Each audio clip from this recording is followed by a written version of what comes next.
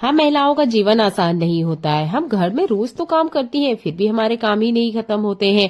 क्या कुछ ऐसे आइडिया है जिससे हमारे काम आसान हो और हम हमारे लिए टाइम निकाल पाए? हाँ बिल्कुल, यह बहुत काम की यूजफुल वीडियो है जो आपके बहुत सारे कामों को आसान करेगी और आप अपने लिए बहुत सारा टाइम भी निकाल पाएंगे। सबसे अच्छी बात यह है कि इसके लिए आपको 1 रुपया भी खर्च नहीं करना है। देखिए, हर घर में ना कॉफी जरूर होती है। अगर नहीं है तो आप 2 रुपए वाले जो पाउच होते हैं वो, या थोड़ा सा कॉफी जरूर घर में रखा करें। इसके ना बहुत सारे यूज है। ठंड में तो ये हमें गर्माहट देती है, इसके अलावा भी हम इसका बहुत सारा इस्तेमाल कर सकते हैं। तो यहाँ पर देखिए, मेरे पास एक स्पून है। आप कोई छोटा कंटेनर भी ले सकते हैं। मेरे पास एक छोटा एक डिब्बा भी है, आपको मैं दिखा देती हूँ। ये हमारी दादी नानी के टाइम से यूज होते हुए आए हैं। तो इस तरह का कोई सा भी कंटेनर चलेगा। इसमें ना थोड़ी सी कॉफी ले लीजिएगा। ये देखिए, लगभग आधा चम्मच इतना कॉफी लिया है। आप चाहे तो पूरा भी भर सकते हैं, डिपेंड करता है कि आपको कितनी जरूरत है। इसे लेके चलते हैं हम फ्रिज की तरफ। अब ये जो कॉफी होती है, इसकी स्मेल इतनी बढ़िया होती है, इतनी अच्छी होती है। अगर आप इसे गर्म तवे पे थोड़ा सा जला भी दोगे ना, तो आप देखोगे आपके किचन में जितनी भी बैड ऑर्डर है या मसालों की जो भी स्मेल है वो सारी हट जाती है। सेम यही काम ना आपने फ्रिज में करना है, पर हमें ये ऐसे गर्म कॉफी नहीं रखना है। ऐसे ही ठंडी एक कंटेनर में भर के आप रख दीजिएगा, जैसे मैं आपको दिखा रही हूँ। बस आप इस तरीके से रख दीजिएगा, फ्रिज को बंद कर दीजिएगा। अर्ली मॉर्निंग जब आप देखोगे, पूरी नाइट के लिए इसमें रहने दीजिएगा। चाहे तो इसमें थोड़ी सी कॉफी इस तरीके से आप रखा करें, जितनी भी बैड स्मेल है वो लॉक हो जाएगी या खत्म हो जाएगी। बहुत सिंपल सा टिप है, इसे जरूर यूज किया करें। ऐसा ही बहुत कमाल का यूजफुल, देखिए, बटर पेपर के लिए एक टिप है मेरा। मैं आपको यहाँ रख के दिखा रही हूँ। ये देखिए, जैसे ही मैंने रोल को रखा, आप देख सकते हैं बटर पेपर 2 बार वापस गोल घूमते हुए इकट्ठा हो गया है, ना कि इसके ऊपर फैला है। जब भी हम बटर पेपर को फैलाते हैं बेकिंग करने के लिए, तो आपने देखा होगा ये इकट्ठा हो जाता है, वापस रोल रोल हो जाता है। तो अब ऐसा क्या करें कि हम बटर पेपर का इस्तेमाल तो करें पर ये रोल ना हो। इसके लिए बहुत सिंपल सा टिप मैं बताऊंगी, आप मेरे हाथों को ध्यान से देखिएगा। पहले तो आप उतना बटर पेपर कट कर लीजिए जितना आपको डालना है, ये जितना यूज करना है। जैसे देखिए, मुझे इतना सारा यूज करना है। अब यहां से मैं इसे कट कर लेती हूँ। कट करने के बाद अगर आप इसे रख के देखोगे तो देखिए ये ठीक से नहीं बैठेगा। इसलिए आपने क्या करना है, आप इसकी एक बॉल बनाइए, जैसे मैं आपको दिखा रही हूँ। ये देखिए, चाहे तो आप थोड़ा सा हार्ड से भी बना सकते हो। मैं थोड़ा और हार्ड बना देती हूँ उसको। ये देखिए, इस तरह की आपने बॉल बनाना है। फिर इस बटर पेपर को आप फिर से खोल दीजिएगा, जैसे ये था। जब बटर पेपर को हम कुछ इस तरीके से इकट्ठा कर देते हैं बॉल जैसा, तो देखिए ये सिकुड़ जाता है। सिकुड़ने के बाद में आप इसे वापस फैलाओगे तो ये जो गोल गोल हो रहा था ना, ये नहीं होगा। तो आप बटर पेपर को यूज करना चाहते हो और बार बार अगर वो रोल हो रहा है, बेकिंग के लिए आप यूज कर रहे हो या किसी भी चीज के लिए आप इसका इस्तेमाल करना चाहते हो, तो बटर पेपर की यह ट्रिक आपको बहुत ज्यादा काम आएगी। ठंड का मौसम आते ही आप कितनी भी अच्छी लाइफस्टाइल क्यों ना जीते हो, देखिए हर किसी के हाथ पैरों में क्रैक्स आते हैं। बहुत ज्यादा ठंड होने की वजह से हाथ पैरों की हालत बहुत ज्यादा बुरी हो जाती है। हम कितना ही केयर क्यों ना करें। देखिए, आप मॉइस्चराइजर यूज करते हो, लोशन यूज करते हो या इस तरह की विंटर क्रीम यूज करते हो, यूज करने के 2-3 घंटे बाद ही आप देखोगे, देखिए इसका जो असर है वो कम हो जाता है, क्योंकि ठंड बहुत कड़क पड़ रही है। तो हम ऐसा क्या करें कि ये जो क्रीम है 100% वर्क करे और हमें बार बार लगाना ना पड़े, यानी 3-4 घंटे की गैप में हमें फिर से बार बार ना लगाना पड़े। तो देखिए, इसको लॉक करना जरूरी है। अगर ये लॉक नहीं हुई तो देखिए मॉइस्चर वापस उड़ जाएगा। तो आप ले लीजिए थोड़ा सा वैसलीन, और इसमें आपका जो भी कोल्ड क्रीम आप यूज कर रहे हो वो ऐड कर लीजिए। चाहे तो आप बॉडी लोशन यूज करते हैं तो वो ऐड कीजिए। दोनों को अच्छे से मिक्स करना है। यहाँ वैसलीन ना इस मॉइस्चराइजर को लॉक करने का काम करेगी, आपकी जो भी विंटर क्रीम है उसको लॉक करने का काम करेगी। अदरवाइज आप खुद अप्लाई करके देखते होंगे, 3-4 घंटे बाद आपको खुद महसूस होता होगा कि यार हमारे हाथ में फिर से ड्राई हो रहे हैं, हम फिर से क्रीम अप्लाई करते हैं। देखिए, यही चीज अगर आप बार बार कर रहे हो और उसके बाद भी हाथ पैरों की जो रंगत है वो डार्क हो रही है या स्किन बहुत ज्यादा फट रही है, तो आप एक बार ये वैसलीन वाली टिप यूज करके देखिएगा। क्योंकि मेरी स्किन जितनी ड्राई है, मुझे लगता है शायद ही किसी की होगी, बहुत ज्यादा ड्राई स्किन है। अगर मैं एक दिन मॉइस्चराइजर यूज ना करूं तो शायद सेकंड डे मेरे हाथों में काफी ज्यादा दरारें आ जाएगी। तो मुझे कुछ ऐसे जुगाड़ू टिप अपनाने पड़ते हैं। तो कोशिश कीजिएगा कि आप भी इसे अपनाएं। अगर आपके हाथ में बहुत ज्यादा क्रैकर्स आते हैं या बहुत ज्यादा हमारे हाथ पैरों की हालत ठंड में खराब होती है, तो इसको लॉक करना जरूरी है। और लॉक करने के लिए ये वैसलीन बहुत अच्छे से काम करता है। कोशिश कीजिएगा आप इसे चेहरे पे अप्लाई ना करें। ऐसा ही कमाल का यूजफुल टिप मेरा मेकअप प्रोडक्ट या हमारे छोटे मोटे जो भी हम हमारे चेहरे पे अप्लाई करते हैं उन प्रोडक्ट से जुड़ा हुआ है। देखिए, हम कहीं बाहर जाते हैं तो ये चीजें अक्सर हमारे पर्स में हम रख के ले जाते हैं। बेसिक चीजें, ये चीजें हमारे पास होती है। अब दिक्कत ये होती है हम महिलाओं के साथ कि हम इसे पर्स में रखें तो पूरा पर्स फैल जाता है, ये पूरे पर्स में ये घूमता रहता है। तो आप ना ये वाला टिप जरूर यूज कीजिएगा कि आपके घर में ऐसी चीजें जरूर होगी जिसपे हम ध्यान नहीं देते हैं। एक तो होता है ये पेंसिल बॉक्स, दूसरा हमारे टिफिन के बॉक्स और जो स्पून होल्डर के बॉक्स होते हैं वो, ये चीजें हमारे घर में होते हुए भी हम पर्स में खुला ही सामान रख के ले जाते हैं। तो कोशिश कीजिएगा इन बॉक्स का आप इस्तेमाल करें, क्योंकि ज्यादातर हम इनका यूज करते ही नहीं है, ये एक्स्ट्रा पड़े रहते हैं। मेरे बच्चे का ये पेंसिल बॉक्स है जो कि थोड़ा सा खराब हो गया था, जिसकी वजह से इस्तेमाल नहीं करता है। पर जब कहीं मुझे बाहर जाना होता है तो जो मेरी बेसिक चीजें हैं जो मैं अप्लाई करना पसंद करती हूँ अपने चेहरे पे, उन चीजों को मैं इसमें रख लेती हूँ। अगर आपके पास ज्यादा प्रोडक्ट है तो आप थोड़ा सा बड़ा वाला बॉक्स ले लीजिएगा। ये बॉक्स जरूर आपके घर में रखे होंगे, इनका आप इस तरीके से भी इस्तेमाल कर सकते हैं। ट्रेवलिंग में अगर जा रहे हो तब तो ये सबसे बेस्ट है, इन्हें जरूर यूज किया करो अपने पर्स में। पहले आप इन छोटे बॉक्स के अंदर ऐसे रख लीजिए, उसके बाद में आप पर्स में रखिएगा। कितना भी आपका पर्स हिले ढूले कुछ भी हो, कुछ भी प्रोडक्ट बाहर नहीं निकल के आने वाला है। ये बहुत काम का टिप है, क्योंकि अक्सर हम महिलाओं के पर्स में सामान ना बिखरा हुआ ही रहता है, पर कुछ चीजें हमारे घर में होती है, हम उनका यूज करते नहीं है। तो अगली बार आप कहीं बाहर जा रहे हो अपने सामान को इस तरीके से ऑर्गेनाइज करें। सिंपल सा टिप है, उम्मीद करती हूँ आपको पसंद आया होगा। ऐसी यूजफुल वीडियो देखने के लिए प्लीज चैनल पे आ ही गए हैं तो चैनल को सब्सक्राइब कर लीजिएगा। बहुत कमाल के टिप्स मैं आपके साथ शेयर करती हूँ। देखिए, ये जो चश्मे वगैरह होते हैं जिन्हें हम यूज करते हैं डेली लाइफ में, मुझे तो कोई नंबर वगैरह नहीं लगा हुआ है, पर बहुत सारों को ना नंबर वाले चश्मे लगे होते हैं। तो होता क्या है, जब नया नया आता है तो हम ना इसका जो कवर आता है जो बॉक्स वाला, उसमें ही रखते हैं। ये हमारी आदत होती है, पर 5-6 महीने साल भर बाद हमारी आदत कुछ ऐसी हो जाती है कि हम इसका यूज करना ही छोड़ देते हैं। देखिए, अभी तो इसका मैं यूज करती हूँ, पर जब लॉन्ग टाइम हम इस्तेमाल करते हैं, जैसे नंबर वाले चश्मे होते हैं, उसके साथ बड़ी दिक्कत होती है। या हम कहीं बाहर वगैरह जाते हैं तो साथ में ले जाते हैं, तो ऐसे ही कहीं भी सरफेस पे रख देते हैं। जैसे देखिए, यूज किया, अब मैंने अगर 4 व्हीलर चला रहे हैं, 2 व्हीलर चला रहे हैं, या कहीं हम बैठे हैं तो साइड में इस तरीके से रख देते हैं। एक तो ये तरीका गलत है, साथ में ले जाते वक्त बड़ी दिक्कत होती है, इस पे स्क्रेचेस आ जाते हैं, काफी ज्यादा डस्ट भी लग जाती है, क्योंकि इसकी सरफेस जो होती है वो इतनी ज्यादा बोल सकते हैं कि ग्लासी होती है कि बहुत जल्दी ना उसमें डस्ट पकड़ लेता है। तो आप ना ये सॉफ्ट वाले जो जुराब होते हैं इनका इस्तेमाल कीजिएगा। मेरे पास बच्चे का रखा हुआ था, कोशिश कीजिएगा कि एक पेयर आप अलग से रखा करें इन चश्मों को रखने के लिए। अगला कमाल का यूजफुल टिप मूंगफली के दाने से जुड़ा हुआ है। तो मेरे बच्चे ना बहुत ज्यादा शौकीन है भुनी हुई मूंगफली खाने के, पर मुझे लगता है कि जो मार्केट वाली भुनी हुई मूंगफली होती है उसमें ऑयल नहीं होता है। मैंने काफी बार खरीद के देखा है, मैंने उन्हें अच्छे से तोड़ के देखा, मुझे लगता है उसमें ऑयल होता नहीं है।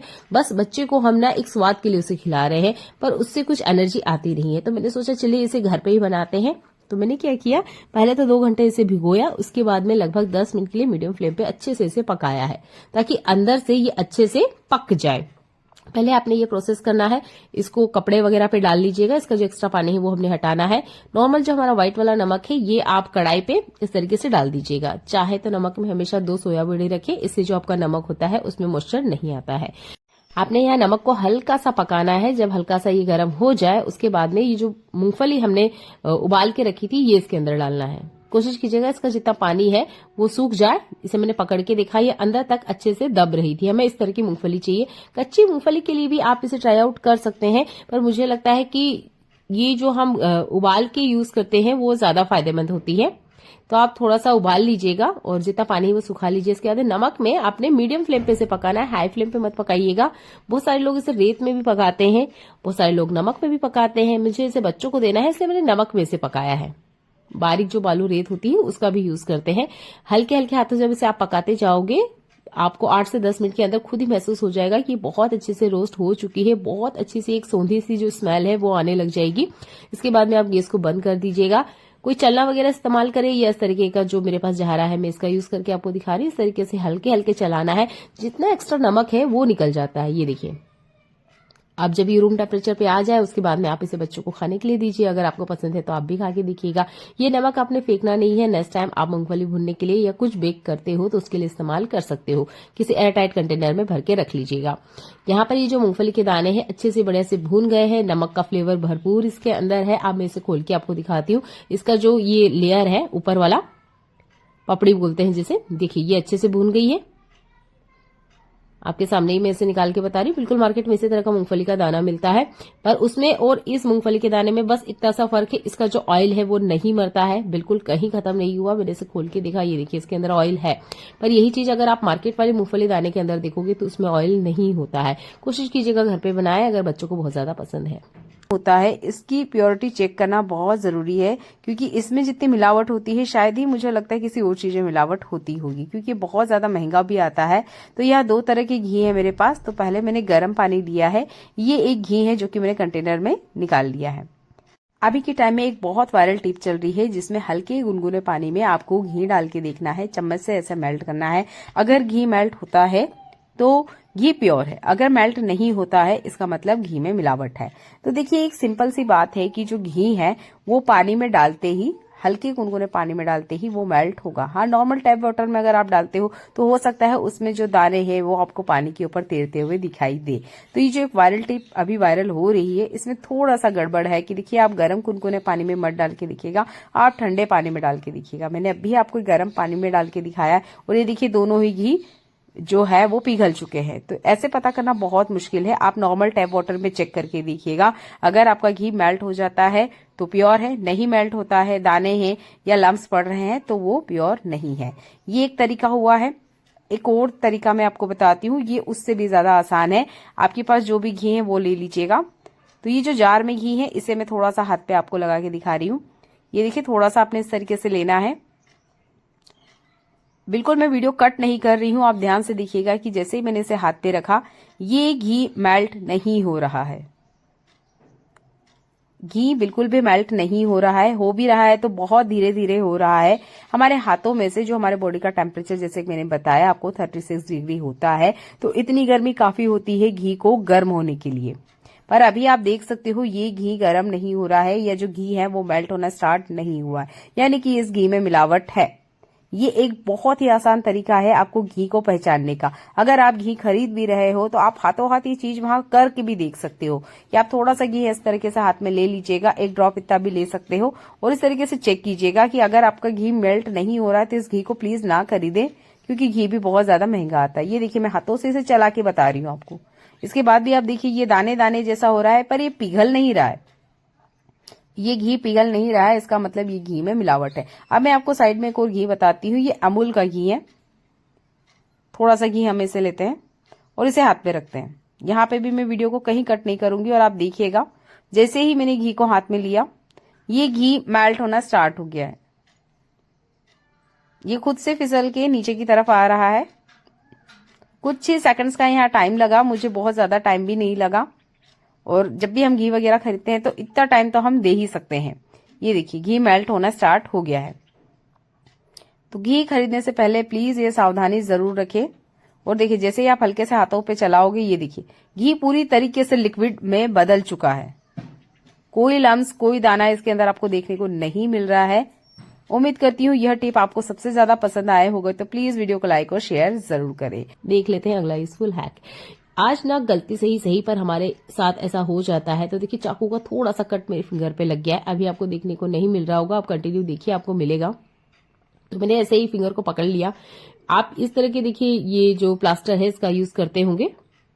अब इसे लगाना कैसे है, ये एक बहुत ही काम की टिप है, आप इसे ध्यान से देखिएगा। देखिए बहुत बार जरूरी नहीं फिंगर वगैरह में लगे, हमारे हाथों में या बॉडी के कुछ ऐसे हिस्सों में लग जाता है जहां ये जो टेप है अच्छे से काम नहीं करती है। इसे लगाने का मैं एक सही तरीका आपको बता रही हूँ। पहले तो आप इसे खोल लीजिएगा, पेपर में से निकाल लीजिएगा। इसके बाद में ये देखिए जहां पर मैं इसे कट लगा रही हूँ ना, ऐसे आपने भी कट लगाना है।